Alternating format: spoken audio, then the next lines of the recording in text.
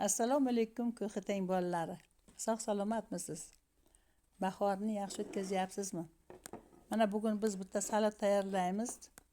Uni nomini tomoshabinlar o'zlari qo'ysin. Men bilmadim qanday nom qo'yishga bunga. Qisqasi, mana shu ro'zg'orda bor narsani bugun salat tayyorlamoqchimiz.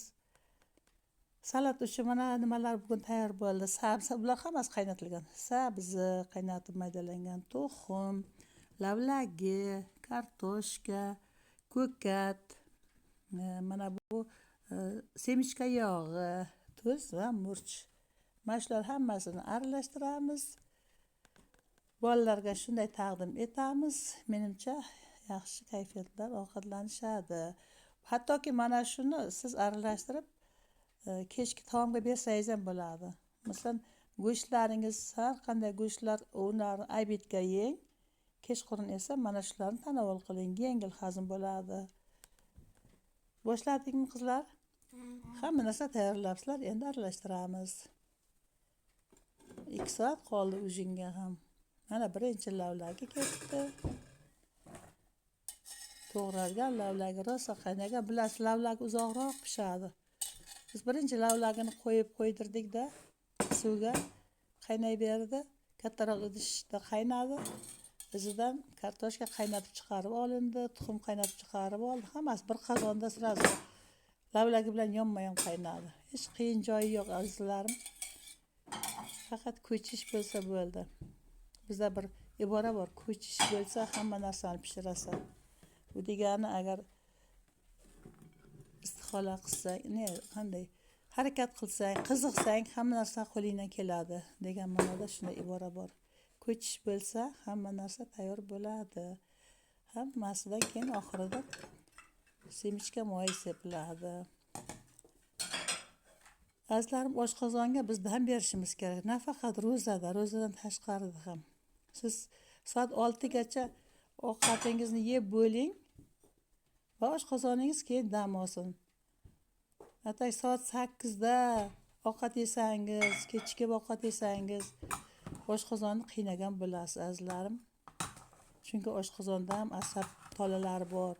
Ular harakat qilishi kerak, oshqozonni ishlatib. Jigar bor. Eng nozik do'stimiz, jigarimiz qachon filtrlaydi kechqurun yegan ovqatni. Shuning uchun mana tunda uyqum yo'q, uxlolmayman, hech uxlamadim deganlar birinchi sabab ovqatni kech yeyishadi. Siz soat 6 gacha yeb bo'ling. Hech bo'lmasa soat 7 gacha yeb bo'ling ovqatingizni, qayerda bo'lmasangiz ham. 7 dan keyin 10 gacha bemalol ishlaringizni qiling, sayr qiling, kino ko'ring, bolalaringiz bilan shug'ullaning. Bolalar ayniqsa 6-7 gacha ovqatlanishsin, tunda yaxshi uxlashadi. Bolalar tunda alahsiraydi, gapirib chiqadi, tishini g'ichirlatadi degan narsalar hammasi menimcha mana shu kech ovqatlanish sabab. Qancha tez ovqatlaning, mana shunchalik tez hazm bo'ladi. Chunki ovqatlar u ba'zan quyuq bo'ladi, ba'zan suyuq bo'ladi. Hamma tarafiga hisoblashang, qizim. O'shani hazm qilinishi bor-ku, hazm qilinishi nihoyatda qiyin oshqozonga.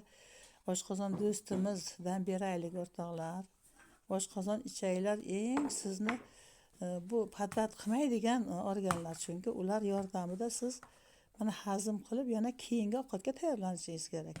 Ertalabgacha ular ham dam olish kerak, ular ham uxlashi kerak. Agar siz nagruzka bilan ovqatlanib yotsangiz, albatta u hazm bo'lmaydi. Kimga kerak ortiqcha tashvish? Lohas bo'lasiz, tinchingiz yo'qoladi, uyqungiz yo'qoladi. Yaxshisi 7 gacha ovqatlaning, keyin bemalol 10largacha ovqatlaringiz hazm bo'ladi. Yuring, 100 metr xatyabi 200 metr yuring. 1 soat yuring, yarim soat yuring. Oshqozoningiz o'sha ancha yengillashib, ovqatlarroq ketib, hammasini soling, qizim. Tovoqlar yuvib qo'yasizlar keyin. Mana shunday taom kechqurunga tavsiya etmoqchiman. Lekin bu taomni nomini men bilmayman. Sizlar nom qo'yinglar bu taomga. Menga ham aytinglar, qani mana hozir solingan narsalarni ko'rdinglar.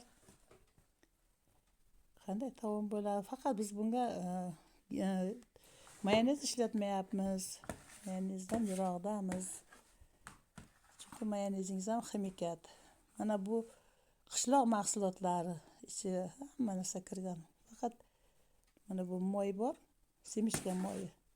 Agar qaymog'imiz bo'lganda edi, sigirimiz sutdan chiqyapti-da, qaymog'imiz bo'lganda edi, yaxshi mayin qilib ezib o'shani qo'shib yuborgan bo'lardik. Mana chiroyli bo'ldi. Hamma yoqimli ishtaha tilab qolamiz. Iste'mol qilinglar. Sal non bilan yenglar, to'ymasanglar. To'ysanglar nonsiz yeganlaring ham ma'qul. Chunki bu nondan oladigan moddalaringiz hammasi mana shundan mujassam. Salat yeb bo'lgandan keyin 1 soat, yarim soatdan keyin kompot iching yoki yengil choy iching yoki qaynoq suv iching. Sirazi ichmang. Mana shu choy ichish bor-ku, o'rtoqlar. Choyni sirazi ichmang ovqatdan keyin. Kechroq ichsangiz, masalan 1 soat keyinroq ichsangiz, chanqab ichsangiz maza qilasiz.